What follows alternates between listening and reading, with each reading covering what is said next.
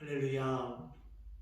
사랑하는 우리 햇살 가득한 옥토교회 성도 여러분, 오늘 날짜를 보고 저는 오늘 깜짝 놀랐습니다. 어느덧 2022년 1월의 중간인 1월 14일 금요일 아침입니다. 여러분, 바쁜 일상 속에서 우리가 놓치지 말아야 할 것이 하나님의 말씀인 줄 믿습니다. 아멘. 왜냐하면 오늘 요한복음 4장 43절에서 54절 말씀을 보면 예수님의 표적과 이적을 쫓아 예수님을 쫓아다니는 사람들이 있었습니다. 그래서 오늘 성경 말씀을 보면 원래 예수님은 고향에서 대접받지 못하는 사람이에요. 왜냐하면 예수님의 고향인 갈릴리 지역의 사람들은 예수님을 메시아로 인정하지 않았습니다. 왜 그랬을까요? 어렸을 때부터 태어나고 자라왔던 것들을 봤기 때문에 예수님을 선지자로 또 예수님이 전하는 말을 믿기가 쉽지 않은 게 당연해요. 제가 마치 저의 모교인 송내교회에서 전도사 생활을 처음 할 때 저를 화평 전도사라고 얘기하고 있는 사람들 대부분이 화평아 했던 기억이 나요. 선지자가 고향에서 대접받는 것은 쉽지 않습니다. 그런데 오늘 본문에 갈릴리 사람들이 예수님을 영접을 해요.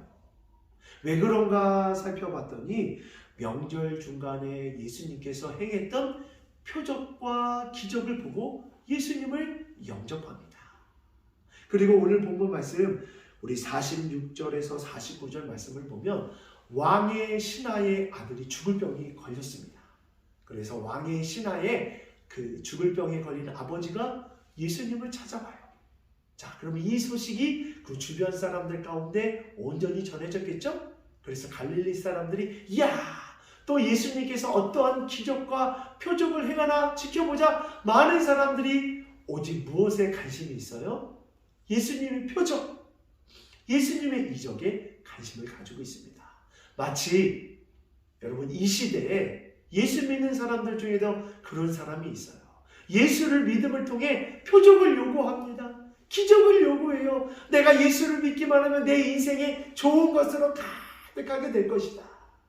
그래서 신앙생활을 할 때 표적과 이적을 쫓는 사람은 평안히 신앙생활을 할 때는 어려움이 없어요. 그런데 우리의 인생 가운데 평안함이라는 표적이 사라지고 어려움과 또 힘든 생활이 다가오게 되면 어떻게 돼요? 에이, 기독교가 진리가 아닌가 보다. 신앙생활이 흔들리고 교회를 떠나가는 사람들을 많이 볼 수 있습니다.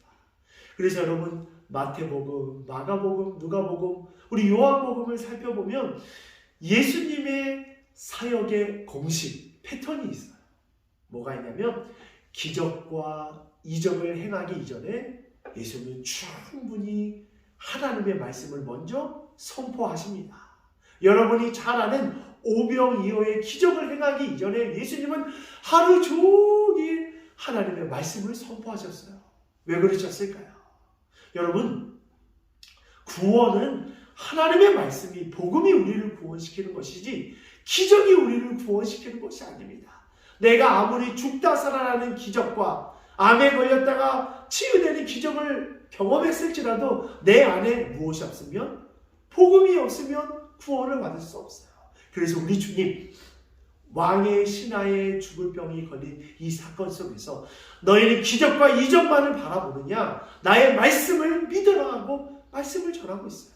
그리고 왕의 신하의 그 죽을 병에 걸린 그 아이의 아버지도 예수님, 제가 그 말씀을 믿고 우리 아이에게 가겠습니다. 주님이 오시지 않아도 말씀만 해주셔도 치유함을 믿습니다. 그 말씀을 붙잡고 가니까 그 아들이 살아나는 기적을 맛보게 됩니다. 사랑하는 우리 옥토교회 성도 여러분, 말씀을 쫓으십시오. 기적과 현상을 쫓지 마시고 나에게 주시는 그 진리의 말씀을 붙잡으십시오. 그 진리의 말씀 속에 기적이 있고 능력이 있는 줄 믿습니다. 자, 그래서 오늘 하루도 하루 5장 하나님의 말씀 사모하는 저와 여러분 되어지기를 간절히 축복합니다. 아멘.